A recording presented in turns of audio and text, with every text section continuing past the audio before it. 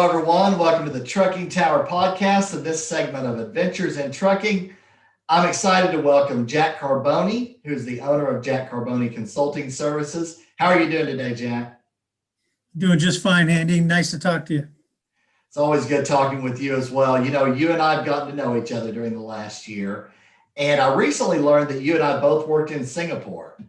And so I spent 8 months in Singapore working on two different consulting projects. And you spent 2.5 years, I believe it was, as an equipment manager with APL, and you were with APL for 26 years. What were some of your favorite things about working in Singapore? Well, the project I was working on was quite interesting. I was the business project manager on a project where we were rewriting all the equipment management systems for APL NOL. So equipment tracking, M&R, detention, demurrage, as well as some of the decision support tools, things that measuring equipment velocity and this and that. So it was really an IT project, and I really enjoyed getting exposed and working with the IT staff. And I was representing kind of the operating side of things. I liked Singapore. I found it to be a very safe city. The weather's always the same. Right. Being on the equator, right? It's always about 85 degrees and a little humid, but very nice, very safe. People were good. I worked with quite a diverse group of people, and I enjoyed Singapore quite a bit. I did too. The weather was always, like you said, in the 80s, and the food. I discovered several different new genres of food while I was over there, and still love, Thai food, the Chinese food, the different ones that I got exposed to there. So that was one of my favorite things. Can you tell us a little bit about your consulting company and some of the things that you guys are working on these days? Sure. I when I left APL in 2012, I started doing some contract work I've worked for a couple of small ocean carriers, one of which was just getting into the container world. And so my role was really initially to help with acquiring containers and acquiring chassis, as well as then to kind of establish and set up some equipment processes. And they had an equipment system which they purchased off the shelf, but I helped them kind of configure that. And it was initially I was kind of a one-man show, and then eventually we hired a few more people, and I kind of got to go back into the background where I more as a supervisory role, which I enjoyed. But another company that I worked for had just a small service, and they didn't know if they had the right amount of containers for their service, and so I helped them just do some business modeling to figure out. And it's all math, but okay, they had a biweekly service, and this is the capacity, and what's the expected turn times, et cetera. And we right-sized their fleet and gave them some indicators of how to measure equipment utilization, et cetera. Involved with some of the newer things that are hitting the industry, like the use of telemetrics and to monitor trucks and containers and chassis. And we can talk a little bit later, maybe. Absolutely.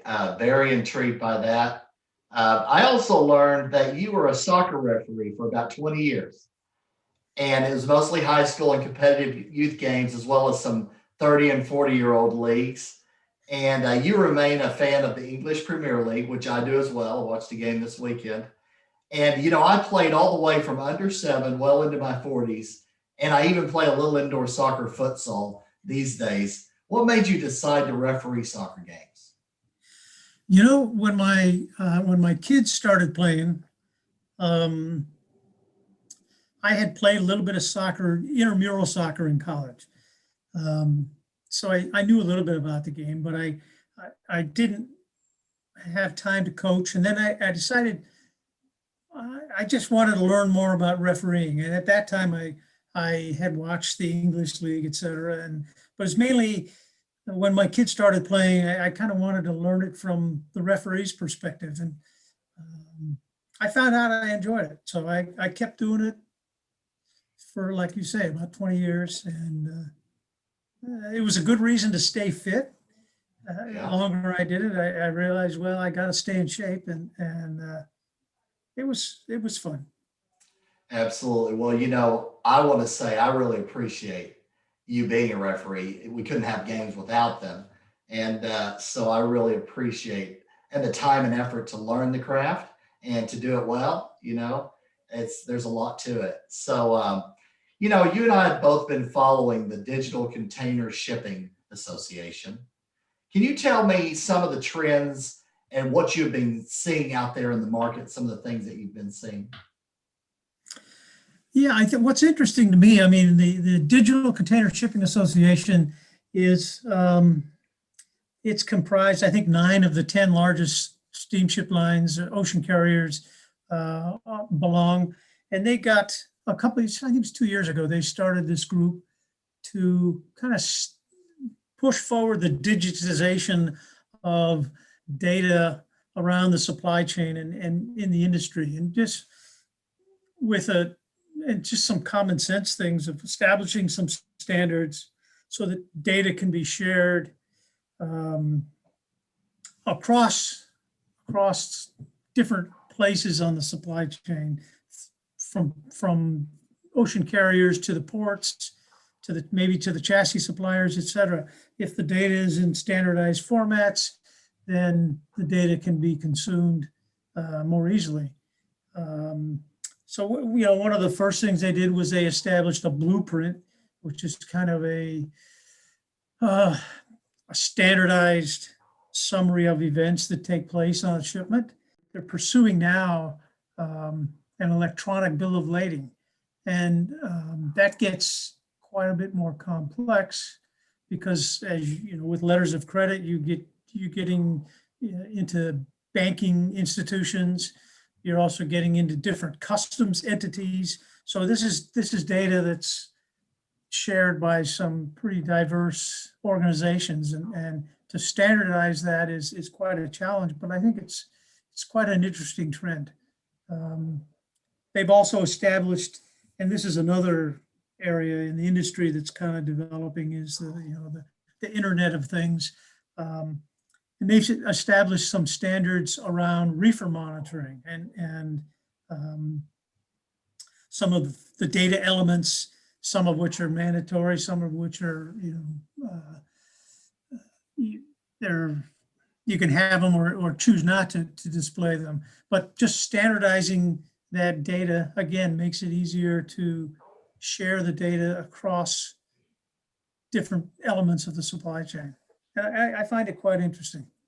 I do too. I've spent about 25 years in technology altogether, and it's amazing to see what's happened in that 25 years and how it's developed and what's coming out now, versus 20 years ago, even 15 years ago. So it's really interesting to me.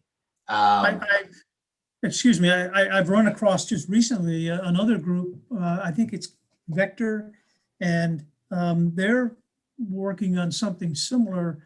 Really what they're focusing on seems to be the last or first mile component of the shipment, and working on trying to make contactless delivery, pickup and delivery for truckers. And they're evaluating processes and really trying to develop applications to help support that. And in these pandemic times, that seems quite timely. And again, I've just started becoming aware of that group, but I plan to follow their progress as well, because I think it's quite interesting. I do as well, and I really appreciate you coming on with me today, Jack. I really appreciate, again, your involvement with being a soccer referee. It's close and personal to me. And it's really been fun talking with you about the different trends and collaborating back and forth a bit. So can you tell us the best ways to get in touch with you? Sure. My email address is jack_carbone@comcast.net. And my phone number which is my cell, which I usually have with me, is 415-717-3604. And that's probably the best. I'm usually reachable. And I really appreciate you coming on with me. That's going to do it for this segment of Adventures in Trucking on the Trucking Tower podcast. And we'll see you guys soon. Thanks, Andy. Thank you, Jack.